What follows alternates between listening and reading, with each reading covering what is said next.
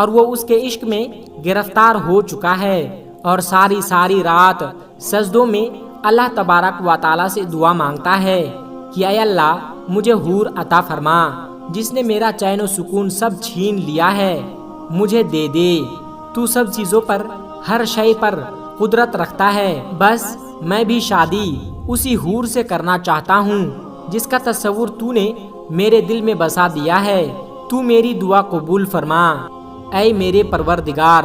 دوستو، علی جمال دیوانہ وار دعا میں اپنی حور پری مانگتا رہا۔ دن، مہینے، سال گزرنے لگے۔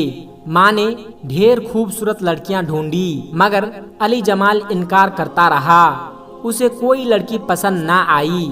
پھر دوستو، ایک دفعہ رمضان کا مہینہ تھا، وہ عشاء کی نماز ادا کر کے مسجد میں دعا مانگ رہا تھا کہ اچانک دوبارہ اس پر وہی کیفیت طاری ہوئی، آنسوؤں سے چہرہ بھیگتا گیا اور وہ زیر لب حور مانگنے لگا۔ کیسی عجیب دیوانگی تھی اور کیسی عجیب خواہش علی جمال پال بیٹھا تھا۔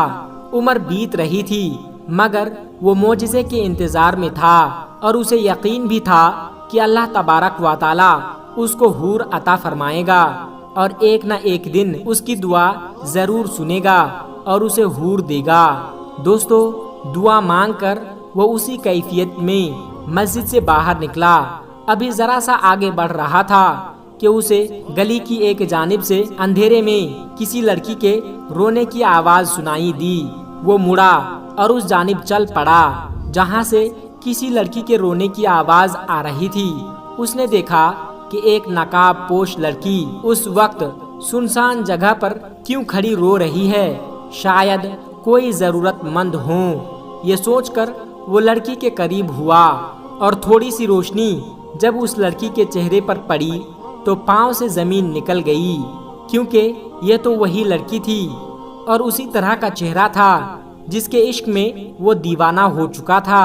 علی نے ہمت کر کے کانپتی آواز میں اس لڑکی سے پوچھا کہ تم کون ہو اور یہاں کھڑی آخر کیوں رو رہی ہو؟ اس لڑکی نے روتے ہوئے بتایا کہ میں بے سہارا ہوں اور یتیم خانے سے بھاگ آئی ہوں مگر نہیں جانتی کہ کہاں جاؤں۔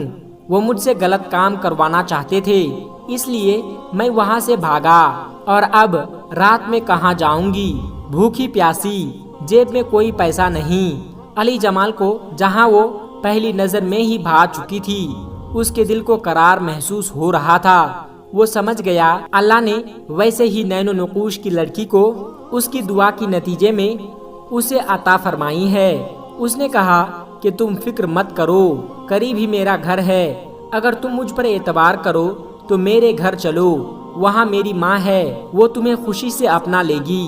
اس لڑکی نے کہا اعتبار کرنے کے علاوہ میرے پاس اور کوئی چارہ نہیں، اور علی جمال اس لڑکی کو گھر لے آیا، پھر گھر لا کر اسے ماں سے ملوایا اور سب بتایا۔ ماں نے جب اس لڑکی کو دیکھا اور کہا کہ پریشان مت ہو، مجھے اپنی ماں سمجھو، یہ آج سے تمہارا گھر ہے، تمہارا نام کیا ہے؟ اس لڑکی نے اپنی بڑی بڑی آنکھوں سے ماں کو دیکھا اور ایک نظر علی جمال کو اور بولی میرا نام حورین ہے۔ علی جمال نے نقاب میں ہی اسے دیکھا تھا۔ وہ علی جمال کے سامنے ہمیشہ منہ ڈھانپ کر آتی تھی، پردے کی پابند اور 5 وقت کی نمازی نیک لڑکی تھی۔ علی جمال نے کچھ دنوں کے بعد اپنی ماں سے کہا کہ ماں، یہ لڑکی بہت نیک اور پاک باز ہے، میں ایسی ہی حور جیسی خوبصورت نیک لڑکی اپنے خدا سے مانگتا آیا ہوں، آپ چاہے تو میری شادی اس لڑکی سے کروا دے۔ ماں نے سنا تو بے حد خوش ہو گئی، بیٹے کا ماتھا چوما، اللہ کا شکر ادا کیا۔ ماں نے اسی وقت حورین سے بات کی جس پر اس نے شرما کر رضامندی کا اظہار کر دیا۔ دوستو، علی جمال اور حورین کی شادی ہو گئی۔ علی جمال نے جب پہلی رات اس کا پورا سراپا اور حسن و جمال دیکھا تو سجدے میں شکر ادا کیا کہ یہ میری سوچ سے بھی زیادہ خوبصورت ہے۔ اس نے حورین کو دل سے محبت دی، اس کی ہر چیز کا خیال رکھا اور حورین نے بھی علی جمال پر اپنی ساری محبتیں نچھاور کر دی۔ 5 سال کا عرصہ، دوستو 5 سال کا عرصہ کیسے بیتا علی جمال نہیں جانتا۔ اس کو بس لگا جیسے وقت کو پر لگ گئے اور وہ اڑ گیا۔ 5 سالوں میں اللہ تبارک و تعالی نے اسے ہر چیز سے نوازا تھا جس کی کوئی انسان تمنا کر سکتا ہے، مگر اولاد نہ ہو پائی۔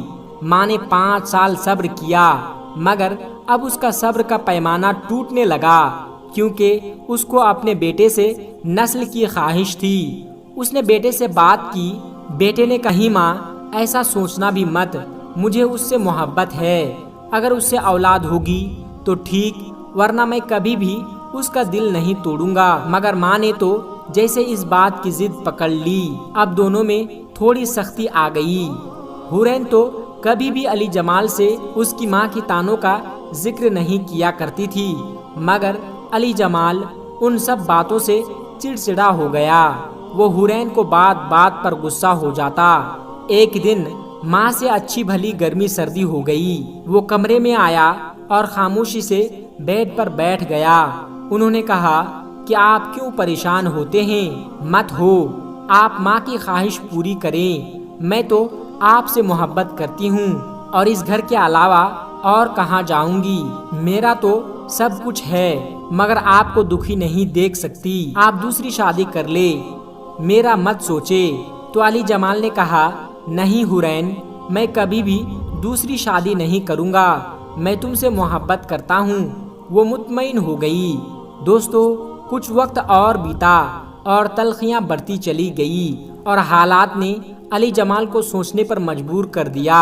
اس کے اندر بھی اولاد کی خواہش نے جنم لے لیا اور ایک دن غصے میں اس کے منہ سے حورین کے لیے طعنہ نکل گیا کہ تم تو مجھے اولاد جیسی خوشی تک نہ دے سکی، تم بانجھ ہو، میں بے نسل رہ جاؤں گا۔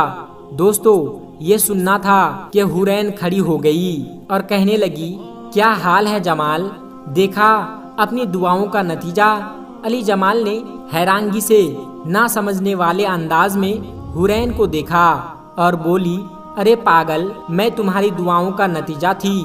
تم خدا سے رو رو کر حور مانگتے رہے ہو اور خدا نے کسی قبولیت کے لمحے تمہاری دعا سن لی اور مجھے تمہارے لیے بھیجا تھا۔ علی جمال نے کانپتی انداز میں پوچھا کہ تم کیا بول رہی ہو، اس بات کا کیا مطلب ہے؟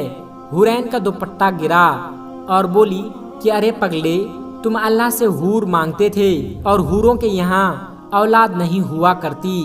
علی جمال کا پورا جسم کانپ گیا اور اس نے دیکھا کہ حورین کے پر نکل آئے۔ حورین نے کہا اب چلتی ہوں۔ بے شک انسان بہت بڑا ناشکرا ہے، اپنی خواہشوں کے لیے ہی مارا جاتا ہے۔ یہ کہنے کے ساتھ ہوا میں پھڑپھڑانے کی آواز کے ساتھ نظروں کے سامنے سے اوجھل ہو گئی اور علی جمال پاگلوں کی طرح دیکھتا رہ گیا۔ یہ خواب تھا یا حقیقت؟ کیا اس نے اپنی دعا ہی کو کھو دیا، ناشکری کر دی؟ پیارے دوستو، یقیناً یہ کہانی سن کر آپ عبرت حاصل کریں گے۔